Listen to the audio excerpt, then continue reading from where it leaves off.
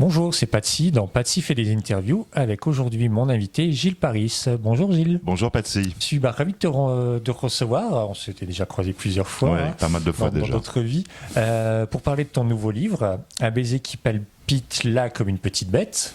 Bravo. Faut pas se tromper. Première question toute simple. Tu as déjà fait pas mal de salons. Le livre est sorti. Est-ce que tu es content des retours? Oui, je suis très content de l'accueil. Les blogs sont toujours aussi intéressants, fouillés. Je trouve que c'est des vraies plumes littéraires en fait. C'est des journalistes. C'est pas des journalistes en herbe. C'est vraiment des gens qui ont la passion du livre. C'est des lecteurs avant tout. Oui. Et je trouve que le retour qu'ils ont fait et puis les articles que j'ai dans la presse aussi nationale, les émissions que j'ai faites jusqu'à présent met assez bien en valeur le travail que j'ai pu faire sur ce livre et je suis assez heureux, je suis assez content de ce qui se passe. Bon, tant mieux. Ce livre change un petit peu de ceux que tu as écrits précédemment. Oui. Voilà, on est plus sur l'univers des adolescents. À quel moment comment t'es venu l'idée? À quel moment tu t'es dit que tu allais changer un peu? En fait, bon. Déjà, l'idée de changer d'un livre à l'autre est quelque chose qui m'obsède un peu. Je ne sais pas si c'est pour ne pas lasser les lecteurs, en tout cas arriver jusque-là, ou pour ne pas me lasser moi.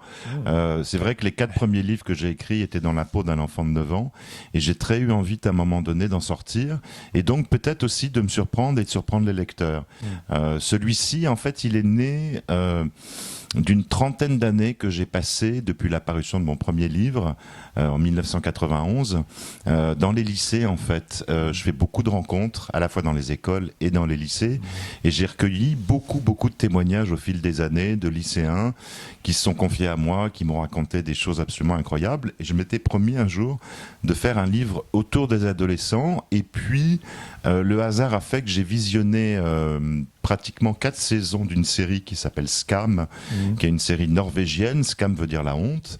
Et c'est une série qui est centrée sur les adolescents. Et on voit vraiment les adolescents vivre entre eux, c'est-à-dire que les parents, les adultes, les profs, tout ce petit monde-là est un peu en retrait. J'ai trouvé que c'était vraiment une série qui collait de près aux adolescents et c'est ce que j'ai voulu faire dans un genre différent bien sûr, mais avec mon roman. Est-ce que depuis qu'il est sorti, tu as des retours d'adultes ou d'ados dans les rencontres qui te disent, ça parle vraiment? Non, parce que je pense que c'est un petit peu tôt, il a qu'un mois de parution.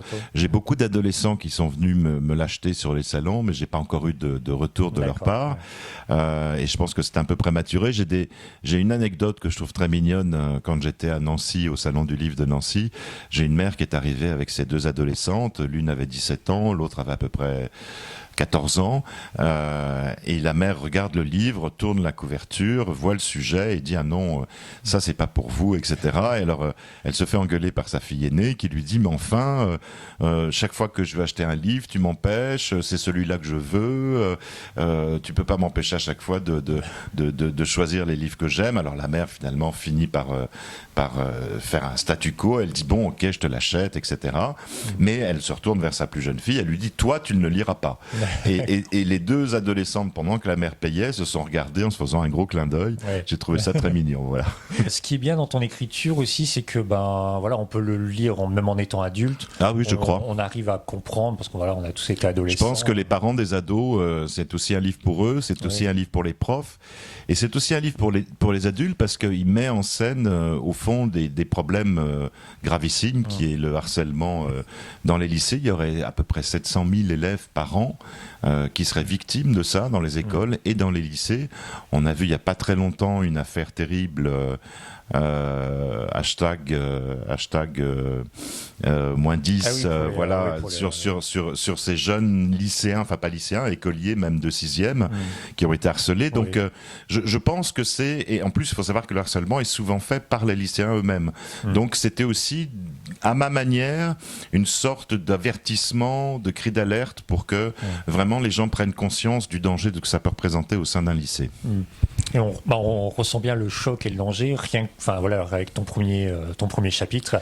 Alors le chapitre est violent, il est très dur, il est insupportable, même d'ailleurs pour certains lecteurs, mais il était nécessaire. Alors j'avais beaucoup hésité, je m'étais demandé si j'allais pas le mettre au milieu ou vers la fin, et je me suis dit qu'il fallait qu'il soit en entrée pour que justement le choc soit suffisamment violent pour qu'on puisse passer à autre chose après.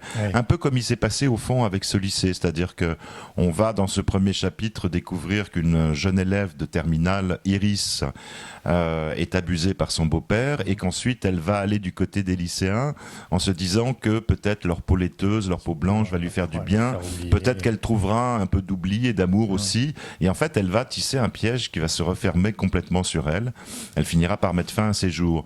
Et 1 an après, on rencontre un peu toute cette bande de lycéens qui ont un lien de près ou de loin avec Iris, qui ont fait des choses ou qui ne les ont pas faites, mais qui sont quand même, je dirais, un peu obsédés quand même par tout ce qui s'est passé et traumatisés aussi. Est-ce qu'en l'écrivant, tu t'es dit si j'arrive à faire parler 1 ou 2 personnes qui subissent du harcèlement, par exemple. Alors c'est ce que disent beaucoup les critiques, qui disent en effet que ce livre devrait être lu par les profs, par les écoles, étudié en classe.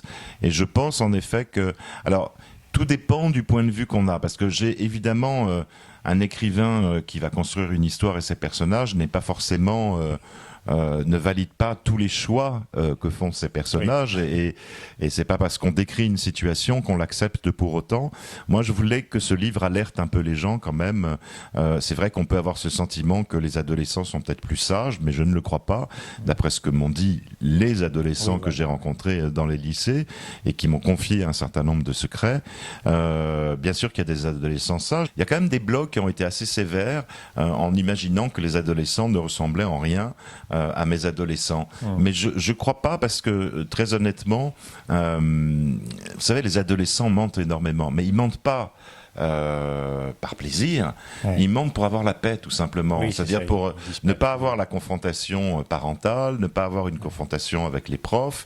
Donc il y a une espèce de séparation entre la vie des adolescents et des adultes. Question personnelle, est-ce que, enfin si tu veux répondre, est-ce que toi plus jeune tu as subi du harcèlement? Est-ce que ça te ce livre ou... Non, j'étais un adolescent, j'étais à la fois solitaire et sociable, c'est-à-dire que j'avais besoin de moments de solitude et en même temps quand il fallait aller vers les autres, j'avais aucun problème et j'étais plutôt attiré par les suiveurs, c'est-à-dire les meneurs de bande, on va dire.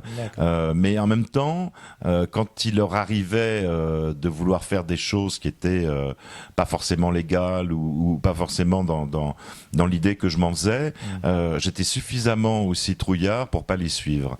Donc j'étais plutôt peinard dans mon coin et donc j'ai jamais eu de problèmes à l'égard d'élèves plus âgés que moi, mais on n'avait pas les réseaux sociaux, on n'avait pas tout ça.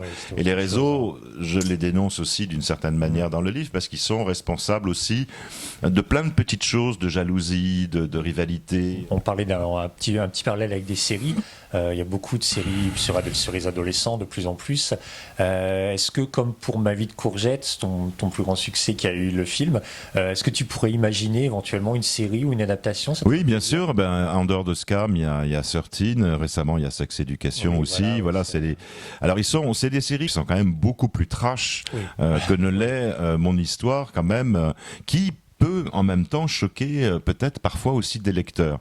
Donc ce que je peux comprendre évidemment. D'accord, écoute, merci à toi pour ces réponses. Merci Patsy. Voilà, donc le livre est déjà disponible, on vous mettra l'affiche, vous pouvez l'acheter partout.